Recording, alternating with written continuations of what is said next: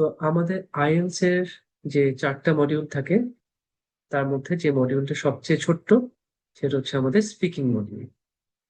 তো আজকে স্পিকিং মডিউলটা কিভাবে শুরু হয়, এখানে কি কি থাকে না থাকে, এই সব কিছু আমরা একটু একদম ডিটেইলে পুরো জিনিসটা একটু জেনে নিই। তো আমি যেহেতু এক সময় আমাদের একটা এক্সাম সেন্টার ছিল। আমি যখন বাংলাদেশে ছিলাম, মানে বাইরে যাওয়ার আগে, তখন আমার একটা এক্সাম সেন্টার ছিল। সেই এক্সাম সেন্টারটা আমরা ম্যানেজ করতাম, ওটা একদম ফার্স্ট থেকে স্টার্ট করছিলাম। এবং যখন আইএলটিএস এর এক্সাম গুলো হইতো আমি সবকিছু, মানে আমাকে থাকতে হইতো ওখানে, আমি দেখতাম জিনিসগুলো কি হয় না হয়। তো স্পিকিং টেস্টটা খুবই ইন্টারেস্টিং। স্পিকিং টেস্টে কি হয় যে আপনি প্রথমে ঢুকে আপনি যখন প্রথমে ঢোকেন এক্সাম সেন্টারে, একটা ওয়েটিং এরিয়া থাকে। কেমন? একটা ওয়েটিং এরিয়া আছে, এমন এটা লিখছি না, আমি এখানে লিখছি জিনিসটা। আচ্ছা, আমি আগে এখান থেকে শুরু করি। আপনি চিন্তা করেন যে আজকে আপনার স্পিকিং এর এক্সাম, আজকে আপনার স্পিকিং টেস্ট। তা আপনি এক্সাম সেন্টারে আসছেন, ঢুকেই প্রথমে গেট দিয়ে ঢুকে একটা রিসেপশন থাকে। সেই রিসেপশনে আপনাকে রিপোর্ট করতে হয় যে আমি আজকের ক্যান্ডিডেট, এই হচ্ছে আমার পাসপোর্ট, আমি আসছি। আপনাকে জানাতে হয়। তো রিসেপশনে এসে আপনার প্রথম কাজ হচ্ছে রিপোর্টিং করা। রিপোর্ট করার পর ওরা আপনাকে একটু বসাবে, যে জায়গাটায় বসাবে সেটাকে বলা হয় ওয়েটিং রুম। তো রিপোর্টিং শেষে আপনি ওয়েটিং রুমে একটু বসে আছেন। বসতে বসতে একটু পর আপনাকে ডাক দিবে যে আপনার সাথে কি কোনো মানি ব্যাগ, কোনো পার্স, হ্যান্ডব্যাগ, ফোন, ঘড়ি, ডিজিটাল স্মার্ট ওয়াচ কোনো কিছু আছে কিনা, বা ইয়ারফোন টিয়ারফোন এগুলো আছে কিনা। যদি থাকে, এই সব কিছু আপনাকে একটা জায়গায় জমা করতে হবে। আপনার সাথে যত বিলঙ্গিংস আছে, bag tag, money bag, phone tone যা আছে, চাবি টাবি, সবকিছু আপনাকে একটা জায়গাতে ডিপোজিট করতে হবে। এটাকে বলে ব্যাগেজ সেকশন। তাহলে ওয়েটিং রুম থেকে আপনাকে ব্যাগেজ সেকশনে পাঠাবে, যে ভাই আপনি ওখানে যান, সবকিছু রেখে আসেন। তো আপনি যে সবকিছু রাখছেন এটা যে আপনার, সেটার প্রুফ হিসেবে তারা আপনাকে একটা টোকেন দিবে, একটা নাম্বার দিবে। একটা লকার আছে, লকারের মধ্যে যখন রাখবে ওই লকার নাম্বারটা আপনাকে দিয়ে দিবে। এটা আপনি আপনার পকেটে রেখে দিয়েছেন। পরীক্ষা শেষে আপনি আবার সবকিছু কালেক্ট করতে পারবেন। তো ওয়েটিং রুম থেকে আমরা ব্যাগেজ সেকশনে আসলাম। ব্যাগেজ সেকশনের পর থার্ড আপনাকে পাঠাবে বায়োমেট্রিক রুমে। তো বায়োমেট্রিক রুমটা কি, আপনারা জানেন কিনা যে আইএলটিএস এক্সামে কিন্তু আপনাকে ছবি তোলা হয়। আপনার একটা ছবি তুলবে, যে ছবিটা আপনার ফাইনাল যে স্কোর কার্ড, সেই স্কোর কার্ডের যে ছবিটা, সেই ছবিটা কিন্তু এক্সাম সেন্টারে তুলে, এবং মেইনলি স্পিকিং টেস্টের দিন তুলে। তো আপনাকে সুন্দর মতন বসাবে, বসায় সুন্দর একটা ব্যাকগ্রাউন্ড দিয়ে আপনাকে ছবি তুলে তুলবে। ছবি তোলা শেষে আপনার ফিঙ্গারপ্রিন্ট নেবে, আপনার থাম বা আপনার ইন্ডেক্স ফিঙ্গার, এই দুইটার ফিঙ্গারপ্রিন্ট নেবে। এটাকে আমরা বলি বায়োমেট্রিক্স। বায়োমেট্রিক শেষে আপনাকে আরেকটা ওয়েটিং রুম, এই গেল 4 number room. Waiting room, baggage section, biometric, final waiting room. আচ্ছা, এই ফাইনাল ওয়েটিং রুম থেকে এক একজন স্টুডেন্টকে ওরা ইন্টারভিউর জন্য কল করবে। তো দেখুন, ফাইনাল ওয়েটিং রুমে বেশি মানুষ নেই, জাস্ট 2-3 জন বসে আছে। ছোট্ট জায়গা, সেখানে 2-3 জন মানুষ বসে আছে। সামনে দেখবেন এক একটা স্পিকিং রুম, প্রত্যেকটা স্পিকিং রুমের সামনে দরজা। তো যখন যে, মানে এক্সামিনার ফ্রি হবেন, যখন আপনার স্লটটা আসবে, প্রত্যেকের কিন্তু একটা টাইম স্লট থাকে, যে আপনার টাইম হচ্ছে 10টা থেকে 10টা 15, ওনার টাইম হচ্ছে 10টা 15 থেকে 10:30, ওনার টাইম হচ্ছে 11টা থেকে 11:15, এবং 15 মিনিটস করে প্রত্যেক স্টুডেন্টের একটা টাইম স্লট আছে। আপনার যখন টাইম স্লটটা আসবে, তখন আপনাকে ভিতর থেকে কল করবে। কল করলে আপনি উঠে যাবেন, উঠে গিয়ে তখন আপনি প্রথম হন। এই হচ্ছে আপনার স্পিকিং টেস্টের আগে কি কি ফর্মালিটি আছে। এক্সামের দিন আপনার স্পিকিং টেস্টের আগে যেসব প্রি টেস্ট ফর্মালিটিস আছে সেটা আমরা বললাম। এবার তাহলে আমরা আসি যে আমি তো এখন ঠিক স্পিকিং রুমের সামনে দাঁড়ায় আছি, রুমের দরজাটা নক করে আমি ভিতরে ঢুক। তো এখন আমার কি হবে, এখানে আমরা একটু আসি। এখন আমাদের মেইন স্পিকিং টেস্ট। আমি অলরেডি বলছি যে স্পিকিং টেস্টের জন্য প্রত্যেককে 15 মিনিটস করে এক একটা স্লট দেয়। প্রত্যেকটা স্পিকিং টেস্টের স্লট হচ্ছে 15 মিনিটস করে। ওভারঅল যদি আমাকে জিজ্ঞেস করেন যে ভাই স্পিকিং টেস্টের অ্যাকচুয়াল ফরম্যাটটা কি, ভাই ফরম্যাট হচ্ছে আপনাকে একজন কোয়েশ্চেন করবে, আপনি কোয়েশ্চেনটা শুনবেন, বুঝবেন এবং সেটা লজিক্যালি অ্যান্সার করবেন। তাহলে আপনাকে একজন কোয়েশ্চেন করতেছে, এই কোয়েশ্চেনটা আপনি ভালোভাবে অ্যান্সার করবেন। এটাই হচ্ছে আপনার ভাই মেইন স্পিকিং টেস্টের ফর্ম। আমার কথা বুঝতেছেন তো না? আপনার সাথে আছেন তো?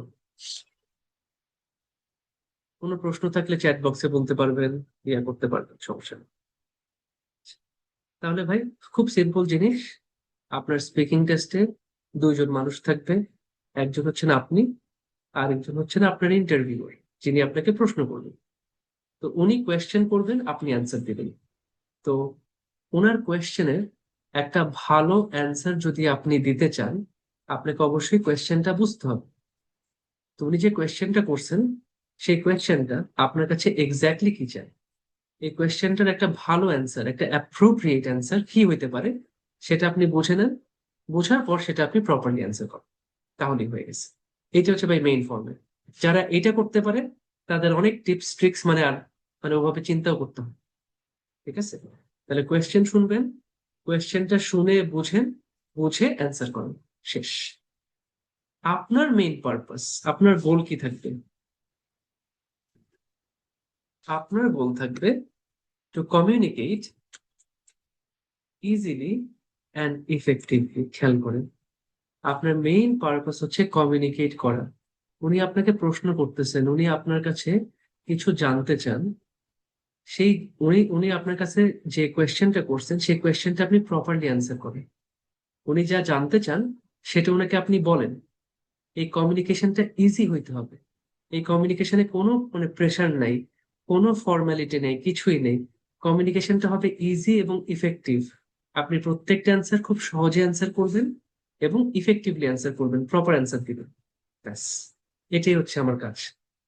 তাহলে আমার মেইন পারপাস হচ্ছে কোয়েশ্চেন শোনা, সেটা বোঝা এবং সেটা ইজিলি, ইফেক্টিভলি, প্রপারলি অ্যান্সার করা। ঠিক আছে? এখন টেস্টের ফরম্যাটটা কিভাবে যায় আমরা বলছি, ওয়ান অন ওয়ান ইন্টারভিউ। একজন স্পিকার, একজন ইন্টারভিউয়ার। ইন্টারভিউয়ারের কাজ হচ্ছে কোয়েশ্চেন করা, আপনার কাজ হচ্ছে অ্যান্সার। তো পরীক্ষাটা অ্যাট প্রেজেন্ট দুই ভাবে হচ্ছে। একটা হচ্ছে ইন পার্সন, যেটা হচ্ছে সামনাসামনি বসে আমরা সারা জীবন করে আসছি, ফেস টু ফেস একটা ইন্টারভিউ, সামনাসামনি একজন একজনকে দেখতে পাবেন। আর একটা হচ্ছে ভার্চুয়াল। আপনি যখন স্পিকিং রুমে ঢুকবেন, আপনি দেখবেন যে আপনার সামনে একটা ল্যাপটপ, টেবিলের উপর একটা ল্যাপটপ রাখা আছে। ল্যাপটপ রাখা আছে এবং ল্যাপটপের মধ্যে অলরেডি একজনকে দেখা যাচ্ছে। তার মানে আপনারা আমাকে যেমনি দেখতে পাচ্ছেন না, ঠিক এইভাবে দেখবেন যে স্ক্রিনের মধ্যে একজন মানুষ বসে আছে আপনার জন্য। এটা হচ্ছে ভার্চুয়াল অথবা অনলাইন। তাহলে আপনার ইন্টারভিউটা সেটা ফেস টু ফেস হইতে পারে, সেটা আবার অনলাইনে হইতে পারে। এটা ডিপেন্ড করে এক্সাম সেন্টারের উপর। বুঝছেন? তাহলে আমরা যেহেতু টেস্টে ফর্মালিটি গুলো শেষ করে ফেলছি, এইবার আমরা আসি যে ভাই, যেহেতু আমি একটা মোটামুটি একটা কমিউনিকেটেড কনভারসেশন করবো, একজন মানুষের সাথে আমি একটু কথা বলবো কিছুক্ষণ বসে, তো সেখানে আমার আমার অ্যাকচুয়াল টোনটা কেমন হবে, আমার কথা বলার টোন, আমি ঠিক কিভাবে কথা বলবো? আমি কি সিরিয়াস থাকবো, আমি কি খুব ফর্মাল থাকবো, নাকি আমি হচ্ছে কি একেবারে মানে একদম গা ছেড়ে বসে থাকবো? বুঝছেন? আচ্ছা, তা আমরা যদি আসি, আমি আপনাকে একটা প্রশ্ন করি, কেমন? ধরেন আপনারা যখন আপনাদের ফ্রেন্ডস অথবা ফ্যামিলির সাথে কথা বলেন, আমাদের এফএনএফ বলি আমরা, friends and family. Friends and ফ্যামিলির সাথে আমরা যখন কথা বলি, তখন আমরা কেমনে কথা বলি? আমরা কি খুব হিসাব নিকাশ করে খুব ফর্মালি কথা বলি, নাকি খুব লাইট কনভারসেশন করি, ইজিলি কথা বলি, দুষ্টামি করি, ঠাট্টা মশকরা করি, ইয়ার্কি করি, কোনটা করি? আমরা লাইট কনভারসেশন করি, ইজি থাকি।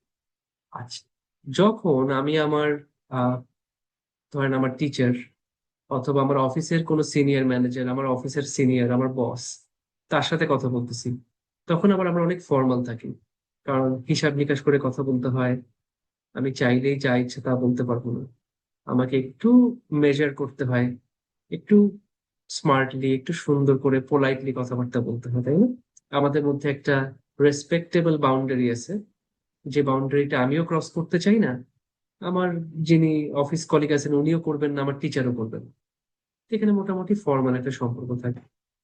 আচ্ছা, ফাইনালি ধরেন আপনি, আপনার বাসার নিচে একটা মুদির দোকান আছে বা একটা ফ্লেক্সি লোডের দোকান আছে, যেখান থেকে আপনি মাঝে মাঝে কি করেন, আপনি হচ্ছে গিয়ে মোবাইল রিচার্জ করেন, যে ভাই এই আমার ফোনে তো 50 টাকা ভরে দেন, আমার একটা ইন্টারনেটের এত এত জিবি ইন্টারনেট ভরে দেন আমাকে।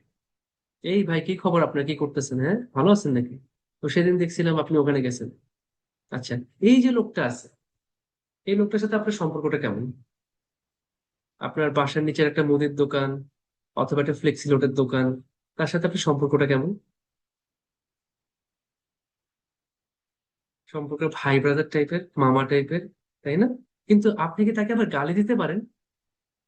তার সাথে আপনি যা ইচ্ছা তা ঠাট্টা মশকরা করতে করতে তাকে একটা গায়ে ধাক্কা দিয়ে বসতে পারেন, যেটা আপনি আপনার ফ্রেন্ডকে করতে পারেন, যেটা আপনার ছোট ভাইকে, আপনার কাজিনকে আপনি করতে পারেন, সেটা তো করতে পারেন না, তাই না? তার মানে সম্পর্কটা ইজি, বাট একদম ক্যাজুয়াল। আবার এই যে লোকটা আছে, উনি কি আপনার বস বা উনি কি আপনার টিচার? তার সাথে তাকে কি আপনার ভয় পাওয়ার দরকার আছে? না। তাহলে ওনার সাথে আপনি একদম ইজিও হবেন না, আবার একদম ফর্মালও হবেন না। তাহলে সম্পর্কটা কেমন হবে? এবার আমরা সেটা দেখতে পাই। এইখানে একটা চিন্তা করেন, খুব ইজি একটা সেটিং, যে সেটিংটা আমি সবসময় সবাইকে বলি যে চিন্তা করতে। আপনি ঢাকা থেকে যাবেন হচ্ছে কক্সেস বাজার। তো কক্সেস বাজার যাবেন আপনি, এখানে আমাদের অফিসের পাশে আছে পান্থপথ। পান্থপথ হচ্ছে এসি বাস কাউন্টার, যতগুলো এসি বাস সবগুলোর কাউন্টার আছে। তো ধরেন আপনি খুব ভালো একটা বাস নিছেন, গ্রিন লাইন বাস। তো গ্রিন লাইনের বাস ছাড়ার কথা হচ্ছে রাত 10টায়, বাট আপনি দেখেন যে কি রে, এখনো বাস আসেনি। আপনি জিজ্ঞেস করছেন যে ভাই বাস কখন আসবে? বলে ভাই রাস্তায় তো অনেক জ্যাম, বুঝেন তো, জ্যাম লাগছে, তো ভাই একটু সময় লাগবে। কতক্ষণ সময় লাগবে? আচ্ছা স্যার ঠিক আছে। আচ্ছা স্যার ঠিক আছে।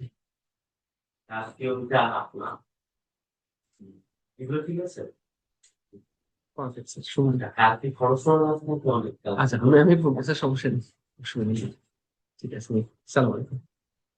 আচ্ছা, আমার কলিগ আরিফ স্যার, খুব ভালো মানুষ, এক্সিলেন্স একদম ফার্স্ট থেকে যারা হচ্ছেন কি এটাকে ধরে রাখছেন, তারা হচ্ছেন তাদের একজন হচ্ছেন আরিফ স্যার, আমার অনেক বছরের কলিগ। বা আপনাদের বেসিক ক্লাসের টিচার কিন্তু আরিফ স্যার। আমার সাথে অনলাইনে বেসিক যে ক্লাস, যেখানে আমরা বেসিক স্পিকিং, বেসিক রাইটিং গুলো নিয়ে কাজ করি, সেখানকার ইনস্ট্রাক্টর হচ্ছেন আরিফ স্যার। আচ্ছা, তো যেটা বলতেছিলাম ভাই, আমরা একটা বাস কাউন্টারে আসছি, দেখতেছি যে বাস লেট করতেছে, ছাড়তেছে না, বাসই আসেনি এখনো। তো এখন কি করবেন, আপনার একটু টাইম পাস করতে হবে। আপনি পাশে তাকায় দেখেন যে আরেকজন বসে আছে লোক। তো চিন্তা করছেন ভাই, এই ফোন ফোন ঘাটাঘাটি করতে করতে টায়ার্ড হয়ে গেছি, আর ফোনে টাইম দিতে পারতেছি না। একটু কাজ করি, পাশের লোকটার সাথে একটু গল্প করি বসে কিছুক্ষণ। হয় না, আমরা গল্প করি না, যে পাশে একটা লোক বসে আছে, একটু লোকটার সাথে টাইম পাস করি কিছুক্ষণ। তো বলে এই ভাই কি খবর, একটু কেমন আছেন, ভালো আছেন? আচ্ছা ভাই আপনি কোথায় যাচ্ছেন? ওই লোকটা বলছে ভাই আমি তো কক্সবাজার যাচ্ছি। ও আপনিও কক্সবাজার? ভাই আমিও তো কক্সবাজার যাচ্ছি। ভাই দেখছেন বাস কত লেট করতেছে। লোকটা বলছে হ্যাঁ ভাই, আমি সেই কতক্ষণ ধরে বসে আছি, এখনো বাস আসতেছে না। আচ্ছা, তো ভাই আপনি থাকেন কোথায়? আমি তো ভাই থাকি হচ্ছে মিরপুর। ও আচ্ছা আচ্ছা, কি করেন ভাই আপনি? আমি ভাই এই তো একটা সফটওয়্যার কোম্পানিতে আছি, ইয়া হিসেবে আছি। আ- আচ্ছা, সফটওয়্যার কোম্পানিতে। ও আচ্ছা ভাই, আমিও তো আইটি ইঞ্জিনিয়ার। আচ্ছা, কি নিয়ে কাজ করেন আপনি? হ্যাঁ, ওই ইয়াটিয়া বুঝেন? কি বলে আপনার পাইথন, তারপর হচ্ছে গিয়ে জাভা, এগুলো বুঝেন? হ্যাঁ হ্যাঁ হ্যাঁ ভাই, আমি তো ওগুলো কপি। আচ্ছা, তো ভাই কি বিয়ে শাদী করছেন নাকি? না ভাই, আমি এখনো বিয়ে করি না, এই তো এই এখনো ইয়ে আর কি। আচ্ছা আচ্ছা, বিয়ের প্ল্যান ট্যান নাই? না ভাই, আমার তো হচ্ছে গিয়ে সামনে আসলে এখন আইএলটিএস এর প্রিপারেশন নিচ্ছি, সামনে একটু বাইরে যাওয়ার ইচ্ছা আছে। ও বাইরে যাবেন, কোথায় যাবেন? হ্যাঁ আমি তো ইউকে তে যাবো চিন্তা করছি। ইউকে তে যাবেন? ভাই শুনছি ইউকে তে নাকি পিআর পাইতে অনেক টাইম লাগে। ভাই পিআর পাইতে তো সবখানেই টাইম লাগে। মানুষ তো খালি ইউকে কে নিয়ে কথা বলে। ইউকে তে তো আমরা জানি 10 বছরের মতন টাইম লাগে। বাট অস্ট্রেলিয়াতেও তো টাইম লাগে। কেউ যদি সিডনি মেলবোর্ন যায় সেখানেও তো ভাই 12, 13, 15 বছর টাইম লাগে। এটাও তো সত্যি। ও তাই না? অস্ট্রেলিয়াতে আরো সময় লাগে? ও আচ্ছা আচ্ছা। তাহলে ভাই মানে বিদেশে যাওয়াটা তাহলে পোষায় না? আচ্ছা মানে দেশে থাকার চেয়ে বিদেশে যাওয়া ভালো। আচ্ছা হ্যাঁ ভাই, এই যে কথাবার্তা আমরা বলি না, আপনারা বলছেন না লাইফে কখনো, মানে বাস কাউন্টারে অথবা ট্রেন স্টেশনে যখন ওয়েট করতে করতে বিরক্ত হয়ে গেছেন, পাশের মানুষটার সাথে কথাবার্তা বলছেন না ফ্রিলি? আচ্ছা, এই মানুষটা ইনি কি আপনার আগে থেকে পরিচিত ছিল? এনাকে আপনি আগে থেকে চিনতেন? আপনি চিনতেন না? আচ্ছা, যাকে চিনতেন না তাহলে সেই মানুষটা আপনার জন্য অপরিচিত। অপরিচিত মানুষ মানে তাকে আমরা বলি স্ট্রেঞ্জার। অপরিচিত মানুষকে আমরা বলি স্ট্রেঞ্জার। আচ্ছা, এই যে লোকটার সাথে আপনি কথা বলছেন, আপনি কোনোর সাথে খুব ক্যাজুয়াল হয়েছেন, কথা বলতে বলতে ইয়ার্কি করে বসছেন, গায়ে একটা বাড়ি দিয়ে বসছেন, যা তা ভাষা ইউজ করছেন, এমন তো করেন? আবার তাকে তো আপনি ভয়ও পান নাই যে ভাই ওনার সাথে কথা ঠিক মতো কথা না বললে আবার আমার চাকরি থাকবে না।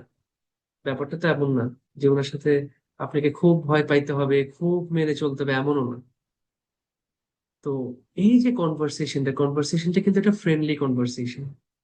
আমরা খুব বন্ধুত্বপূর্ণ একটা কনভারসেশন করছি একজন অপরিচিত মানুষের সাথে।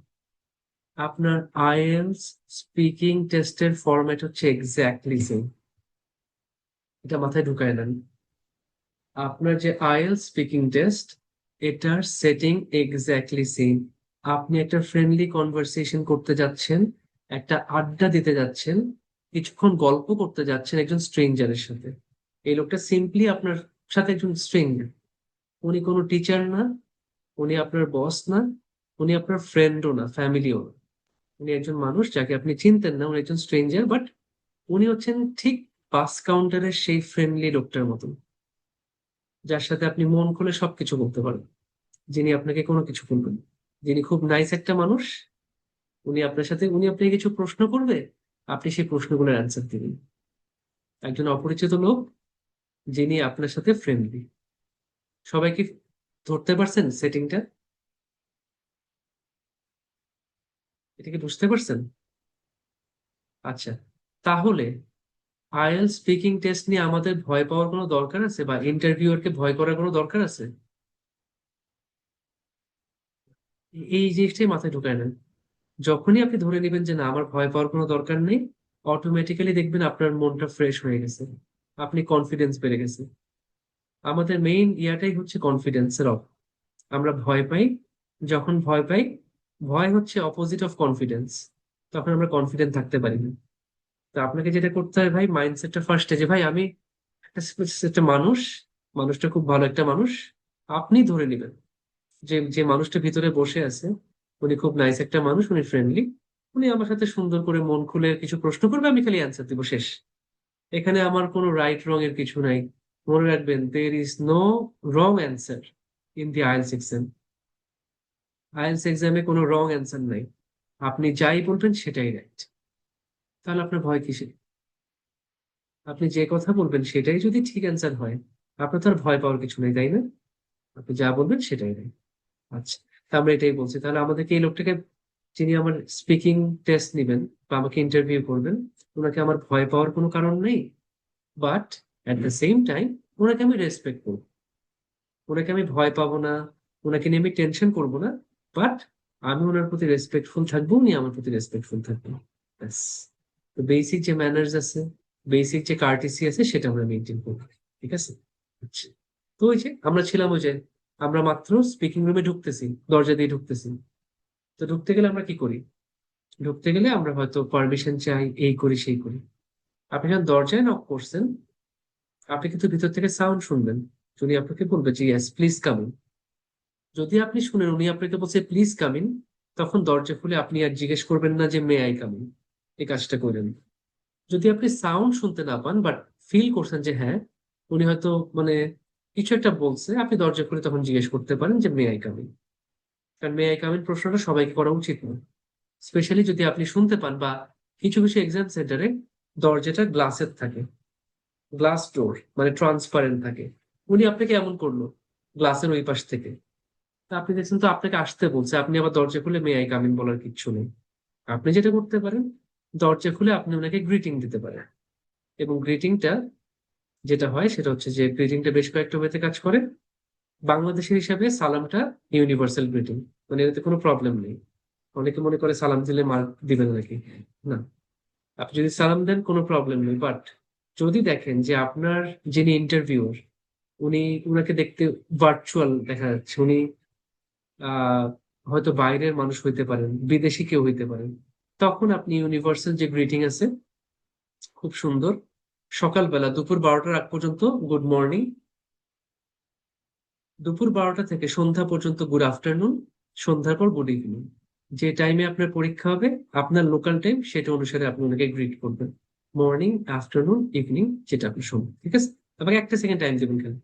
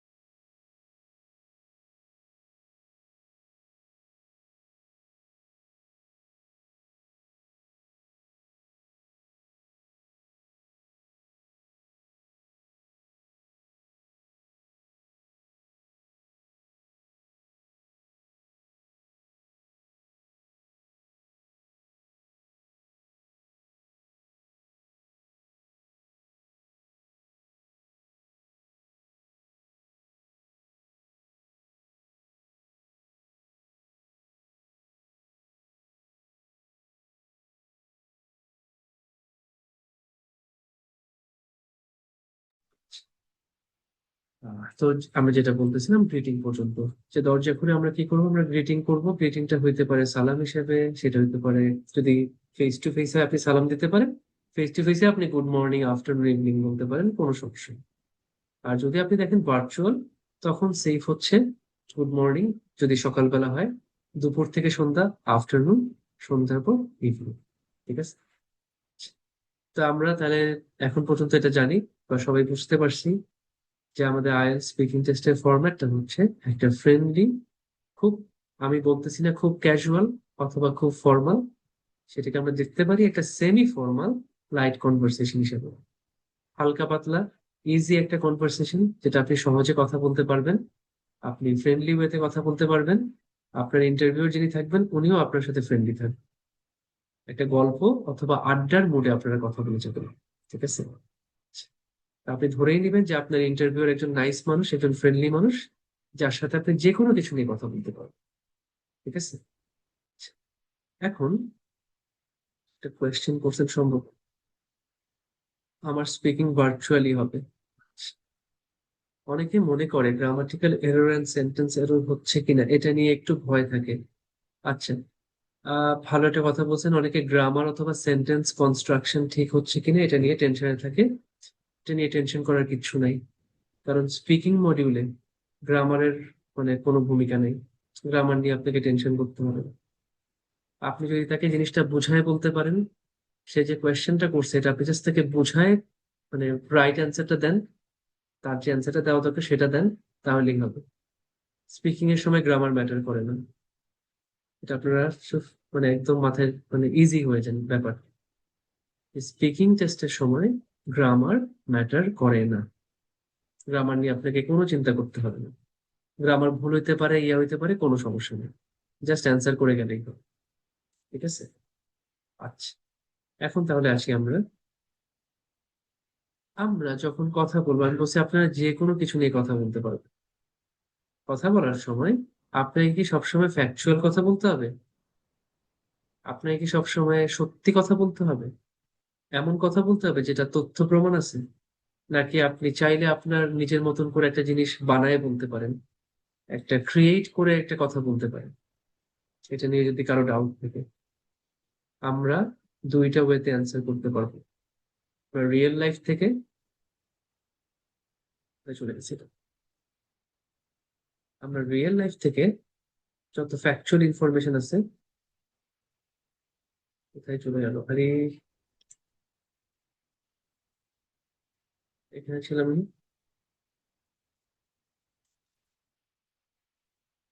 আমাদের রিয়েল লাইফ থেকে যত মানে যেটা সত্যি, যেটা আমার লাইফে আসলে হয়েছে, অথবা যেটা অ্যাকচুয়াল একটা ফ্যাক্ট অথবা একটা ডাটা আছে, সেই টাইপের ইনফরমেশন আপনি যেমন শেয়ার করতে পারবেন, you can also answer from your own imagination. একটা জিনিসের অ্যান্সার আপনার জানা নাই, বাট আপনি সেটা তাৎক্ষণিক ইনস্ট্যান্ট বানায় বলতে পারেন। আপনার ইমাজিনেশন থেকে আপনি একটা অ্যান্সার ক্রিয়েট করতে পারেন। একটা ইনফরমেশন সত্যি না, আপনি সেটা বানায় দিতে পারেন। আপনি বলতে পারেন যে a recent survey by the United Nations found that 90% of Bangladeshi people are super talented. UN একটা সার্ভে করছে, যেখানে আসছে যে বাংলাদেশের 90% মানুষ হচ্ছে সুপার ট্যালেন্টেড। ইউএন এমন কোনো সার্ভে করে নাই রিয়েল লাইফে। বাট আপনি আপনার অ্যান্সার যদি সেটা লজিক্যাল হয়, অ্যান্সারের পক্ষে যে কোনো ডেটা, যে কোনো ইনফরমেশন বানায় দিতে পারবেন। এই ফ্রিডমটা আইএলটিএস আপনাকে দেয়। এই ফ্রিডমটা আপনি পাচ্ছেন স্পিকিং মডিউলে এবং রাইটিং মডিউলে। তাহলে রাইটিং এর সময় আমরা যেমন অ্যান্সার বানায় দিতে পারবো, স্পিকিং এর সময় বানিয়ে দিতে পারবো।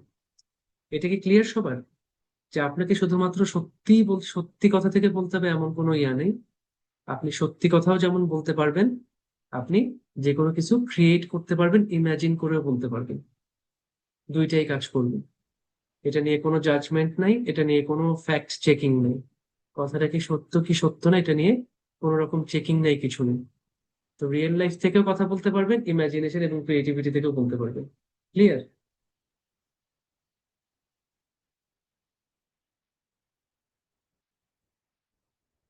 ঠিক আছে, ওকে।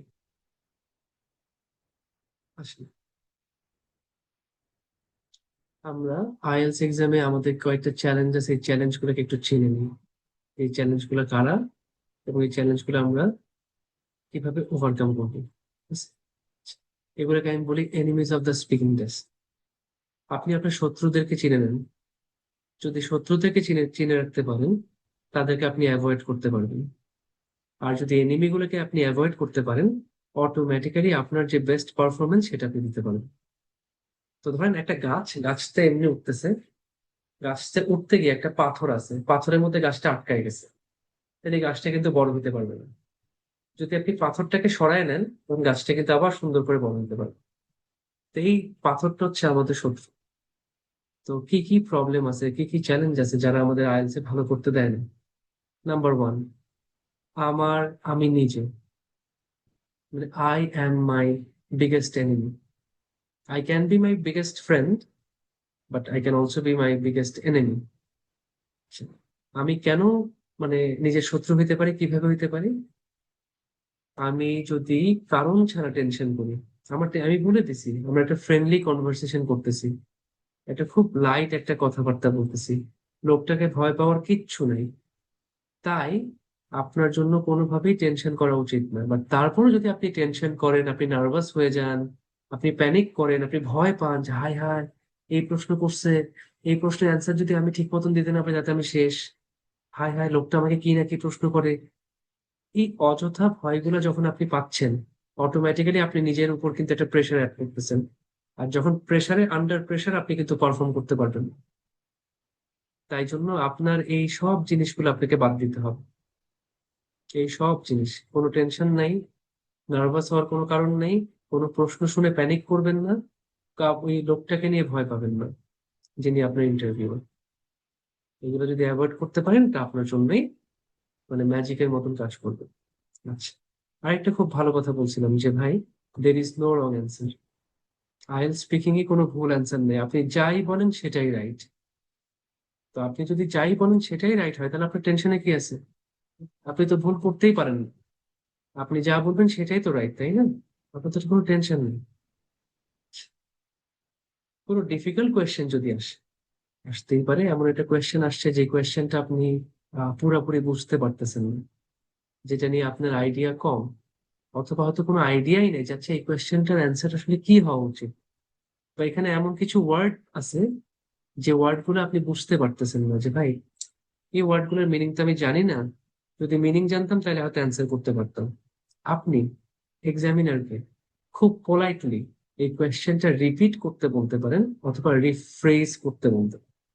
আচ্ছা, রিপিট করা আর রিফ্রেজ করার মধ্যে পার্থক্য কি? কোয়েশ্চেন যদি রিপিট করতে বলেন, উনি কোয়েশ্চেনটা আপনাকে আবার করবেন। এটা হয়তো আপনি পরীক্ষায় এক দুইবার ওনাকে জিজ্ঞেস করতে পারেন যে, sir could you please repeat the question. যদি কোয়েশ্চেনটা আরেকবার শুনে আপনি অ্যান্সার করতে পারেন। যদি আপনার মনে হয় যে ভাই এই কোয়েশ্চেনটা আমি আসলে আবার শুনলেও তো বুঝবো না, কারণ এখানে কয়েকটা ওয়ার্ড ছিল যেগুলো আমি বুঝি না, সেই ক্ষেত্রে আপনি ওনাকে রিফ্রেজ করতে বলতে পারেন। রিফ্রেজ করা মানে হচ্ছে একই কথাকে ঘুরায় বলা, একটু চেঞ্জ করে বলা। তা আপনি কেউ বলতে পারেন, sir could you please rephrase the question using some easier words. আপনি এই কোয়েশ্চেনটা একটু আরেকবার করবেন কয়েকটা সহজ শব্দ ব্যবহার করে। উনি তখন অ্যাকচুয়ালি ওনার কথাটাকে আপনার জন্য সহজ করবেন, কোয়েশ্চেনটাকে ইজি করবেন। তো কিরকম দেখেন, একটা এক্সাম্পল দিচ্ছি আমরা। What is the severity of someone's failure? What is the severity of someone's failure? কেউ যখন ফেইল করে সেই ফেইলিয়ারের সিভিয়ারিটি, তীব্রতা কেমন? বুঝতে ভাই, আমি তো সিভিয়ারিটি এই সেই তো বুঝতে কষ্ট হয়ে যাচ্ছে। তা আপনি বলছেন, sir could you please rephrase the question. তখন উনি আপনাকে বললো, how bad does it feel when someone fails? যখন কেউ ফেইল করে তখন তার কেমন লাগে? সো আচ্ছা, এটা তো সহজ, হ্যাঁ।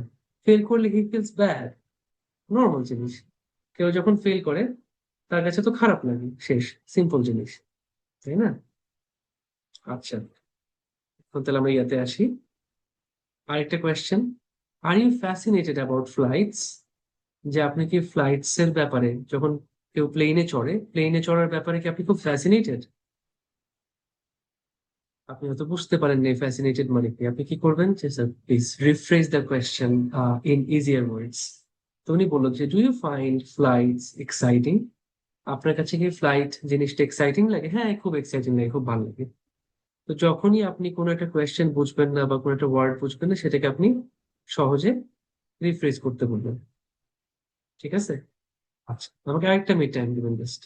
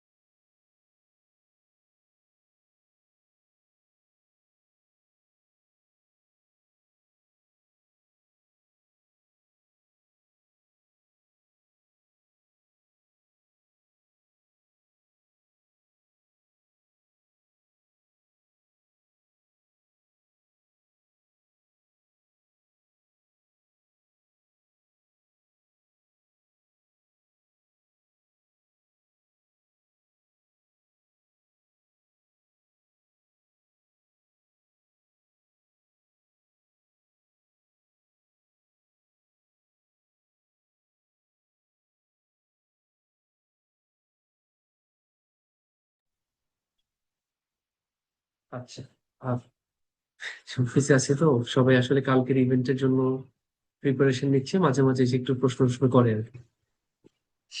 ঠিক আছে। তো ভাই, তাহলে আমরা জানলাম যে আমার যদি কোনো কোয়েশ্চেন একটু কঠিন লাগে সেটা আমি কি করতে পারি, এক্সামিনারকে আবার পোলাইটলি জিজ্ঞেস করে সেটা আমি রিপিট শুনতে পারি, একটু রিফ্রেশ করতে ওনাকে রিকোয়েস্ট করতে পারি।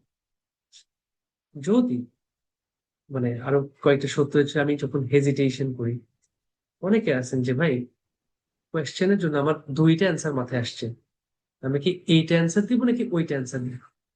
দুইটা অ্যান্সার নিয়ে আপনি কনফিউজড যে আমি কি এটা বললে বেশি ভালো নাকি ওইটা, এই ওয়ার্ডটা বলবো নাকি এই ওয়ার্ডটা বলবো। তো ভাই, এখান থেকে দেখা যায় কনফিউশন যখন আসে, মানুষ আটকায় যায়, স্টাক হয়ে যায়। তার সাথে যখন আপনি স্টাক হয়ে যাচ্ছেন, অটোমেটিক্যালি অ্যান্সারের মধ্যে একটা ব্রেক চলে আসে, একটা পজ চলে আসছে। এই সব জিনিস কিন্তু ভালো না। যখনই আপনি আটকায় যাচ্ছেন, আপনি থেমে যাচ্ছেন, ব্রেক দিচ্ছেন, আপনার অ্যান্সারটা কিন্তু আর ফ্লুয়েন্ট না। মনে রাখবেন, স্পিকিং এর জন্য নাম্বার ওয়ান ক্রাইটেরিয়া হচ্ছে ফ্লুয়েন্সি। আপনি যদি একটা অ্যান্সার একটা না দেন, আমি বলতেছি না খুব ফাস্ট, খুব তাড়াতাড়ি জোরে জোরে আপনাকে দিতে হবে। আপনি একটা অ্যান্সার কন্টিনিউয়াস, স্মুথ, একটানা যদি একটা অ্যান্সার দিতে পারেন, সেই অ্যান্সারটা অ্যাপ্রিসিয়েটেড। কেউ যখন আপনাকে প্রশ্ন করবে সেই অ্যান্সারটা সে একটানা চায়। অ্যান্সারের মধ্যে আপনি কথা বলতেছেন, আপনাকে জিজ্ঞেস করছে which food do you like the most, আপনি বলছেন আই লাইক, সে পছন্দ করে কি, সে তো বলতেই পারছে, সে তো কনফিউজড সে কি পছন্দ করে।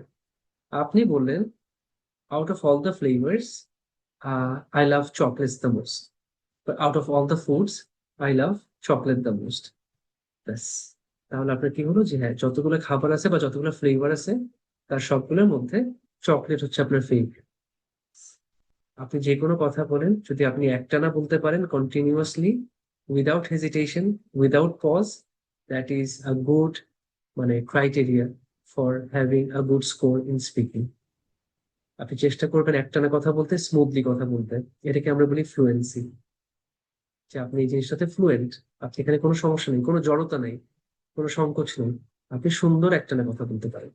তো স্পিকিং এর নাম্বার ওয়ান ক্রাইটেরিয়া হচ্ছে ফ্লুয়েন্সি। কয়েকটা প্রবলেম আছে দেখেন। এটা নিয়ে কারো শুনছেন আজ পর্যন্ত কথাবার্তা, যে যখন আমরা এক্সামিনারের সাথে কথা বলবো কোনো অ্যান্সার দিবে, আমাদেরকে ওনার চোখে চোখ রেখে কথা বলতে হবে, আই কন্ট্যাক্ট মেনটেন করতে হবে, অথবা মুখে একটা হাসি রাখতে হবে, স্মাইল দিয়ে রাখতে হবে, বা টেবিলে এমনি হাত রেখে কথা বলতে হবে, এমন কোনো কিছু শুনছেন কিনা আপনারা?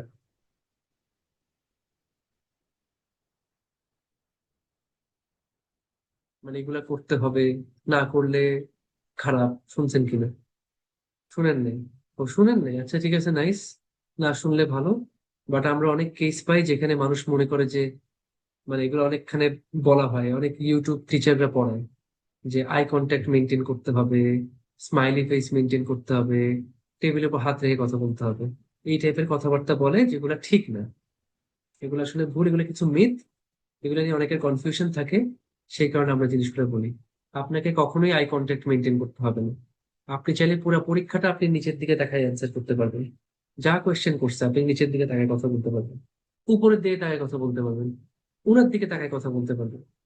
আপনি যেটাতে কমফোর্টেবল, যেভাবে কথা বললে আপনি বেশি কথা বলতে পারবেন, আপনি সুন্দর অ্যান্সার দিতে পারবেন, যেটাতে আপনি কমফোর্টেবল, আপনি রিল্যাক্স, ঠিক সেইভাবে অ্যান্সার করবেন। সেটা যদি আই কন্ট্যাক্ট মেনটেন করে হয়, ফাইন। যদি আই কন্ট্যাক্ট মেনটেন করতে না চান, no problem. Eye contact maintain করা নট নেসেসারি। যদি করেন এটা আপনার উপর, না করেন সেটাও আপনার উপর, সেটা আপনার স্কোরকে এফেক্ট করবে না। আই কন্ট্যাক্ট মেনটেন করা কোনো ম্যান্ডেটরি কাজ নেই। স্মাইলি ফেস সেম, আপনি চাইলে হাসতে পারেন, চাইলে না হাসতে পারেন। আপনি চাইলে টেবিলের উপর হাত রাখতে পারেন, আপনি আপনার কোলের উপর হাত রাখতে পারেন, চেয়ারের হ্যান্ডেলে হাত রাখতে পারেন, whatever makes you feel comfortable. আপনি এসব নিয়ে কোনো প্রেশার নিবেন না। অনেকে এগুলা নিয়ে প্রেশার নিতে চায়, প্রেশার নিতে গেলে তখন কি হয়, তার যে মেইন কাজ, যে একটা ভালো অ্যান্সার দেওয়া, সেই অ্যান্সারটাই ঠিক মতন দিতে পারেন। এই বোকামি করেন না। চেষ্টা করবেন এমন কিছু এভাবে অ্যান্সার করতে যেটা আপনার জন্য ইজি, যেটা আপনি রিল্যাক্সে দিতে পারেন। আচ্ছা, পারমিশনের কথা বলছিলাম, যে যদি এক্সামিনার আপনাকে বলে প্লিজ কাম ইন, তাহলে ঢুকে ডিরেক্টলি গ্রিটিং করবেন। সিটিং, এক্সামিনার বেশিরভাগ কেসে আপনাকে বলবে যে please have a seat, please sit down, অথবা বি সিটেড। যদি উনি উনি আপনাকে বসতে বলে, তখন আপনি সিম্পল একটা পোলাইট একটা থ্যাংক ইউ দিয়ে বসে যাবেন, শেষ। এখন তাহলে আমরা আইএলটিএস স্পিকিং টেস্টে আমাদের মাইন্ডসেট, আমাদের মেন্টাল লেভেল, আমাদের ওভারঅল আমরা কিভাবে যাব, কোন মুডে যাব, খুবই রিল, এই যে বলছি না, বাস কাউন্টারে আপনি বসে আছেন, কক্সবাজার যাবেন, আর আপনার পাশে একটা সুন্দর একটা ভালো মানুষ বসছে, এই লোকটাও যাবে, এই লোকটার কাজ নেই, আপনারও কাজ নেই। ওই লোকটা আপনাকে প্রশ্ন করতে পারে, আপনি তাকে প্রশ্ন করতে পারেন, একজন প্রশ্ন করবেন, আরেকজন অ্যান্সার দিবে, শেষ। তা আপনি থাকবেন রিল্যাক্সড, কারণ বাস কাউন্টারের লোকটার ব্যাপারে আপনার ভয় পাওয়ার কিচ্ছু নেই, যদি না সে ছিনতাইকারী বা মলম পার্টি, অজ্ঞান পার্টি হয়, সেটা হলে ভিন্ন জিনিস। বা সেটা যদি না হয়, তাহলে আপনার কোনো টেনশন নেই। তাই না? অজ্ঞান পার্টি মলম পার্টি না হলে কোনো টেনশন নেই, লোকের সাথে আপনি ফ্রিলি কথা বলবেন, রিল্যাক্স থাকবেন। আচ্ছা, একটা সেকেন্ড, একটা সেকেন্ড।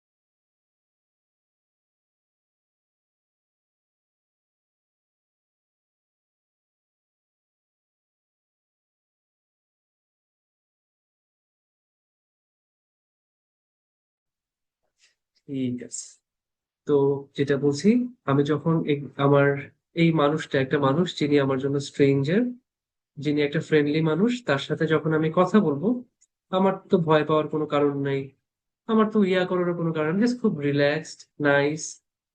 আমি খুব মানে আমার অটোমেটিক্যালি যদি ভয় না থাকে তাহলে আমি ন্যাচারালি কনফিডেন্ট যে ভাই ঠিক আছে, একটা মানুষ, হ্যাঁ কি খবর, আপনি কেমন আছেন, ভালো আছেন, আচ্ছা ঠিক আছে। উনি আমাকে কোয়েশ্চেন করবে, আমি ওনাকে অ্যান্সার দিব, আমি জানি। তো আমি সেটার জন্য আগে থেকে রেডি।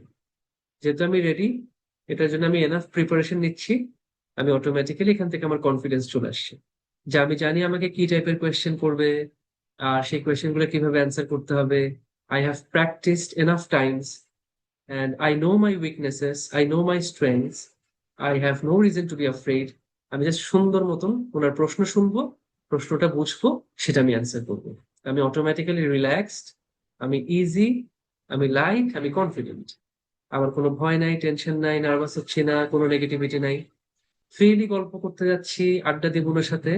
আর উনি আমাকে যে কোয়েশ্চেন গুলো করবেন, সেটা নিয়ে আমার নিজের, আমার যে অ্যান্সার, আমার যে ওপিনিয়ন, আমার যে মতামত, আমার যে ফিলিংস, আমি ওপেনলি শেয়ার করবো, ফ্রিলি শেয়ার করবো। যে হ্যাঁ, আমার আমার মনে হয় ব্যাপারটা এমন, আমার মনে হয় এটা, ইন মাই নলেজ আমার মনে হয় জিনিসটা এমন করে ঘটে। আই হ্যাভ এ ফিলিং যে জিনিসটা এমন, আই বিলিভ যে জিনিসটা ঠিক এমন করে যাচ্ছে। আপনার ওপিনিয়ন, আপনার আইডিয়া, আপনার চিন্তা, আপনার অনুভূতি, আপনি যেভাবে চান ঠিক সেভাবে ফ্রিলি শেয়ার করবেন। তো এই সবকিছু আপনার তখনই মানে স্মুথ হবে, ইজি হবে যদি আপনি কি করেন, আগে থেকে প্রিপারেশন নেন। আগে থেকে প্রিপারেশন নেন এবং এটা আপনি প্র্যাকটিস করে যান।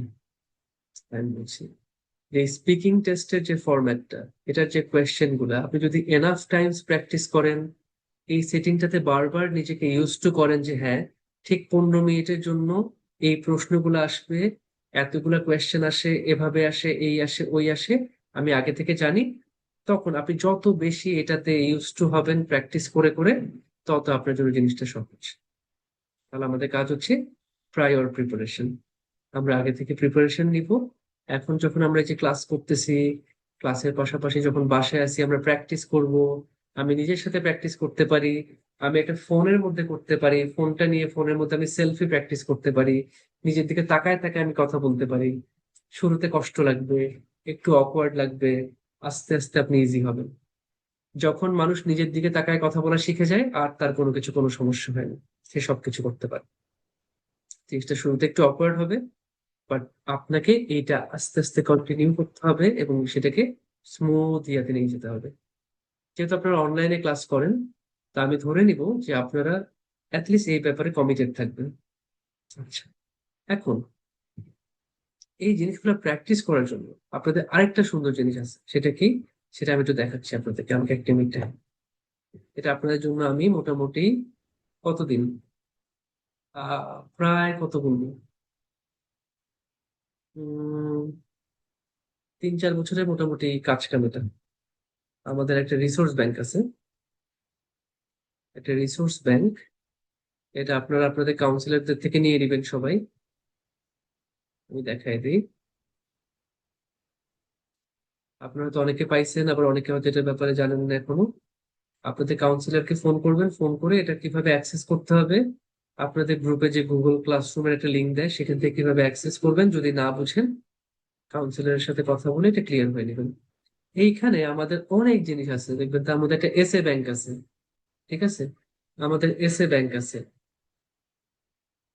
আমাদের রাইটিং এসে গুলা কেমন, স্যাম্পল অ্যান্সার, প্রত্যেকটা অ্যান্সার আমি লেখার চেষ্টা, আমি লিখছি আর কি। তো আর তার সাথে স্পিকিং এর জন্য যেটা, চারটা ইয়ে আছে বুঝছেন, চারটা ইয়ে আছে সুপার ইম্পর্টেন্ট জিনিস। দেখেন, সবার আগে এটা দিয়ে শুরু করবেন, টিপস এন্ড ট্রিক্স স্পিকিং। আপনাদের স্পিকিং টেস্টের জন্য কিভাবে প্রিপারেশন নিতে হবে, কিভাবে অ্যান্সার করতে, প্রত্যেকটা জিনিস আমি যা যা মুখে বলতেছি সব এগুলো আমার একটা বই, এগুলো আপনাদের জন্য সব ডিজিটাল রিসোর্স আকারে আমরা আপলোড করছি এখানে। একদম ঠিক কতক্ষণ কথা বলবেন, কি কি কিভাবে কথা বলতে পারেন, তারপর একটা কোয়েশ্চেনের জন্য ইনস্ট্যান্ট আপনি কিভাবে একটা রেসপন্স দিতে পারেন, আপনি লিঙ্কিং ওয়ার্ড কি কি ব্যবহার করবেন না করবেন, সবকিছু আমি এখানে দিয়ে দিচ্ছি আপনাদেরকে, সবকিছু।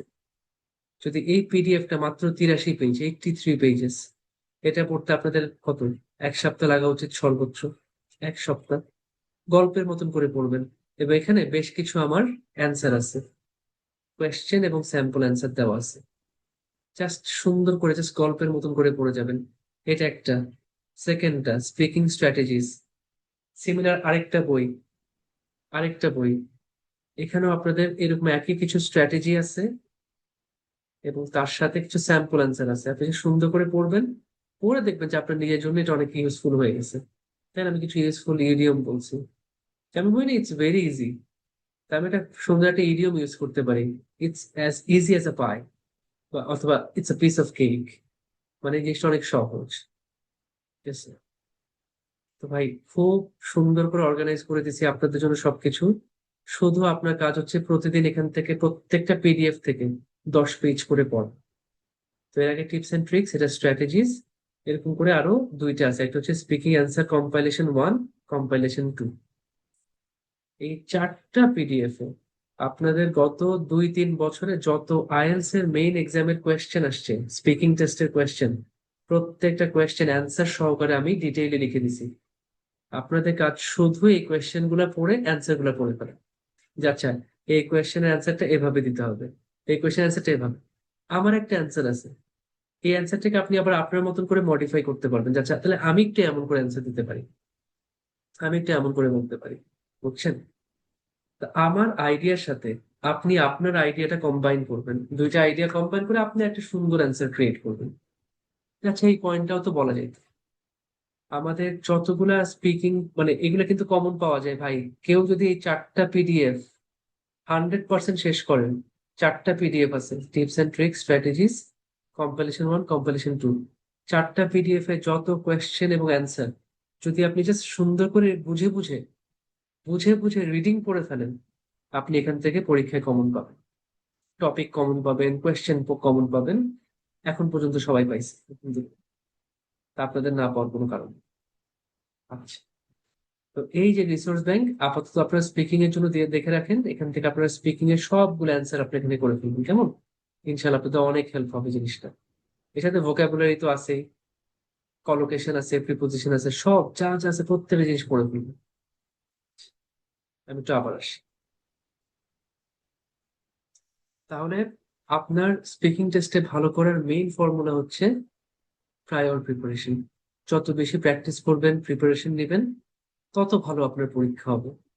দেখুন, বারবার এই জিনিসটা প্র্যাকটিস করে করে ইজি হবেন, ইউজ টু হয়ে যাবেন, জিনিসটা আপনার জন্য আর কঠিন থাকে। তা আপনার মেইন কাজ হচ্ছে জাস্ট 15 মিনিট গল্প করা একটা মানুষের সাথে। এক্সামিনার কোয়েশ্চেন করবে, আপনি অ্যান্সার দিবেন। একটা মানুষ প্রশ্ন করবে, আপনি অ্যান্সার দিবেন।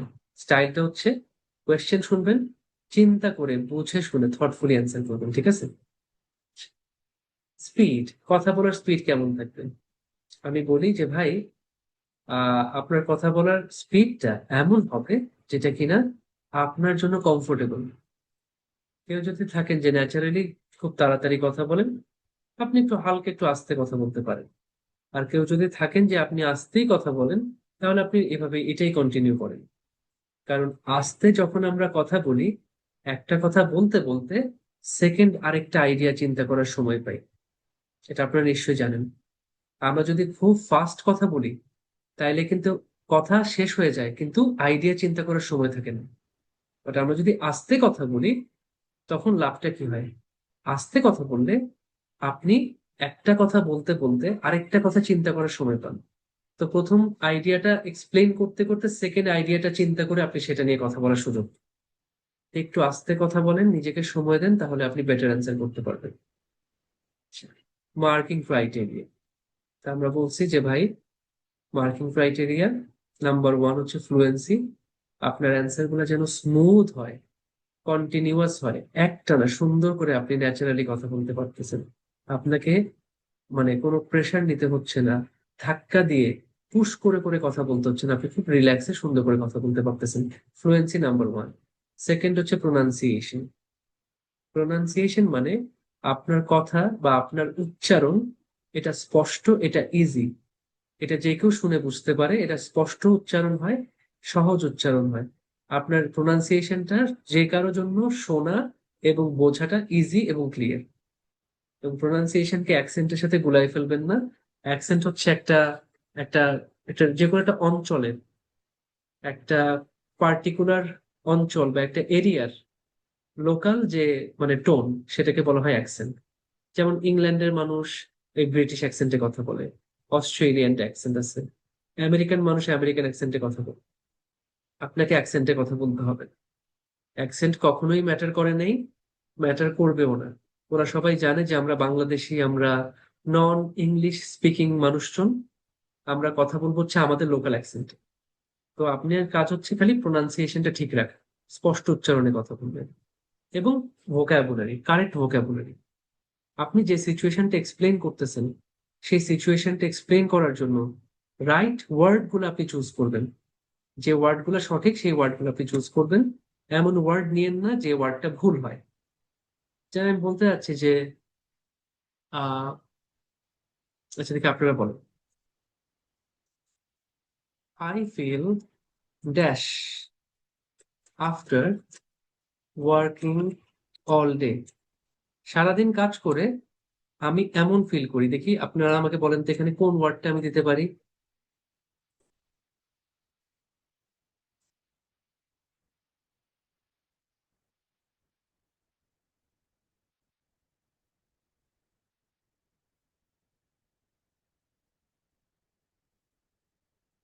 কোন ওয়ার্ডটা আমি দিতে পারি বলেন তো, মানে কোন ওয়ার্ডটা আমার চুজ করা উচিত।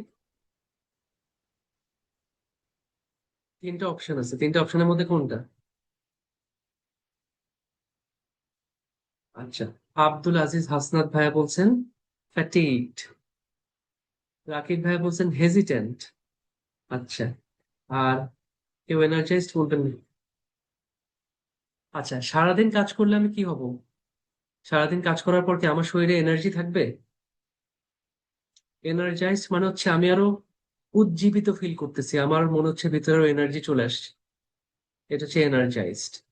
তো এ কি হওয়ার চান্স আছে? এনার্জাইজড না। কেউ কেউ বলছেন হেজিটেন্ট। হেজিটেন্ট মানে হচ্ছে আমি কনফিউজড। তো সারাদিন কাজ করলে কি আমি কনফিউজড হবে? এটা আবার কেমন কথা? সারাদিন কাজ করলে কনফিউজড মানে কাজ করার সাথে কনফিউশনে মানে কানেকশনটা কি? কেউ কি কাজ করলে কনফিউজড হয়ে যায় এমন কিছু না। ফ্যাটিক মানে টায়ার্ড। খেয়াল করেন, ফ্যাটিক ওয়ার্ডটা অনেকের হয়তো চেনা নাই। ফ্যাটিক মানে হচ্ছে টায়ার্ড। তো সারাদিন কাজ করে আমি টায়ার্ড হব, তো রাইট ওয়ার্ডটা হচ্ছে ফ্যাটিকড। আই ফিল, আমি বলতে পারতাম I feel tired after working all day, but আমি যদি বলি আই ফিল ফ্যাটিকড, তাহলে আমি একটা ডিফারেন্ট ভোকাবুলারি ইউজ করলাম, একটা হাই ব্যান্ড ভোকাবুলারি ইউজ করলাম। ব্যান্ড স্কোর 6 থেকে লাফ দিয়ে 8 9-এ চলে আসতে পারে। ঠিক আছে? তো word choice is very crucial to score a high band. ভালো ব্যান্ড স্কোর চাইলে আপনাকে কিছু সুন্দর অ্যাপ্রোপ্রিয়েট ওয়ার্ড ইউজ করতে হবে। ঠিক আছে? তো ফ্লুয়েন্সি, প্রোনাউন্সিয়েশন, ভোকাবুলারি, এই ওয়ার্ডগুলো, এই তিনটা ক্রাইটেরিয়া হচ্ছে সবচেয়ে ইম্পর্টেন্ট। এর সাথে লেস ইম্পর্টেন্ট আছে কি? Grammar does not matter. Grammar ভুল হইতে পারে, কোনো সমস্যা নেই। আপনি আইডিয়াটা সুন্দর করে চিন্তা করেন, সুন্দর করে প্রেজেন্ট করেন, অ্যান্সারটা সুন্দর করে করেন, তাইলেই হবে। গ্রামার নিয়ে চিন্তা করতে হবে না। কোহেরেন্স এন্ড কোহিশন, সিম্পল জিনিস। এটা মানে হচ্ছে আপনি যে আইডিয়াটা শেয়ার করতেছেন আপনার অ্যান্সারের জন্য, সেই আইডিয়াটা লজিক্যাল এবং আইডিয়াটা কানেক্টেড। আমি বললাম এমন কথা যে আমি এটা ইয়া দিচ্ছি, ঠিক আছে, একটা স্যাম্পল অ্যান্সার দিই। ধরেন I feel tired, that's why I will work more. এই অ্যান্সারটা কি লজিক্যাল, ওয়েল কানেক্টেড কি? এটা আমাকে বলেন তো। আমি বলছি I feel tired, that's why I will work more now. এটা ইললজিক্যাল। টায়ার্ড হলে আমি তো আরো কাজ করার কথা না। বলে কি আমি টায়ার্ড, এই জন্য আমি এখন আরো বেশি বেশি কাজ করবো। ভাই, টায়ার্ড হলে তুমি করার কথা। আই উইল রেস্ট, আমি এখন একটু রেস্ট নিব, তাই না? আমি এখন বিশ্রাম নিবো যেহেতু আমি টায়ার্ড। টায়ার্ড হলে তো আবার কাজ করার কথা না। দেখেন এইটা, এর আগের অ্যান্সারটা ছিল ইললজিক্যাল, এটা হচ্ছে লজিক্যাল। আবার ওয়েল কানেক্টেড যেটা বলছিলাম,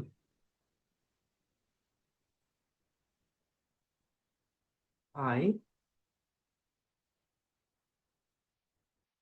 want to do well in my IELTS speaking test.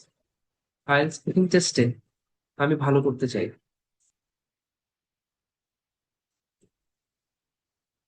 That's why I will go to my resource bank. আচ্ছা, এই অ্যান্সারটা কেমন? যে আমি আইএলটিএস স্পিকিং টেস্টে ভালো করতে চাই, এই জন্য আমি আমার রিসোর্স ব্যাংকে যাবো।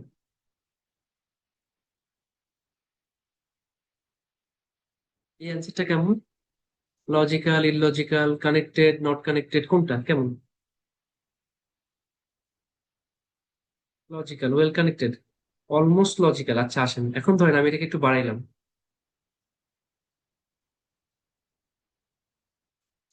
The resource bank has a rich compilation of previous exam questions and answers. I will study them and practice on my camera and thus improve my speaking ability. এই অ্যান্সারটা কেমন? আপনাকে জিজ্ঞেস করছে যে what are your plans about your IELTS speaking test.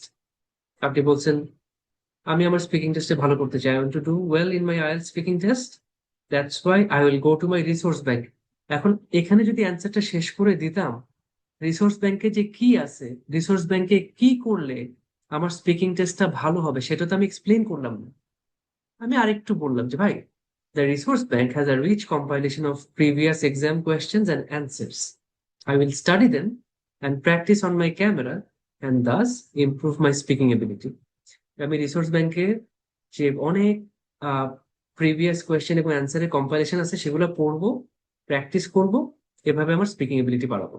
তাইলে আমি বুঝি যে হ্যাঁ, তাইলে এইটা যদি আমি করতে পারি, I will definitely do fantastic in my IELTS speaking test. আমি শুধু ভালোই করবো না, I will have a very high band score in my IELTS speaking test. এইটা হচ্ছে একটা ওয়েল কানেক্টেড অ্যান্সার। আশা করি এখন অ্যান্সারটা আপনারা বুঝছেন। বুঝছেন যে আমি কেন কিভাবে অ্যান্সারটা দিই।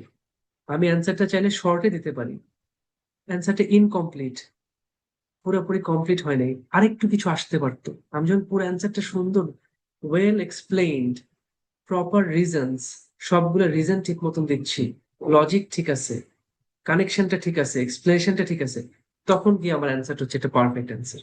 আমরা ঠিক এই জিনিসগুলা ইনশাল্লাহ ক্লাসে আমরা শিখবো, ক্লাসে শিখবো, ক্লাসে আমরা প্র্যাকটিসও করব, এবং ফার্দার আমরা জিনিসগুলো স্টাডি করব রিসোর্স ব্যাংক থেকে। তো সবার কাছে এটা রিকোয়েস্ট, রিসোর্স ব্যাংক থেকে আপনারা ভালো মতন কাজ করবেন।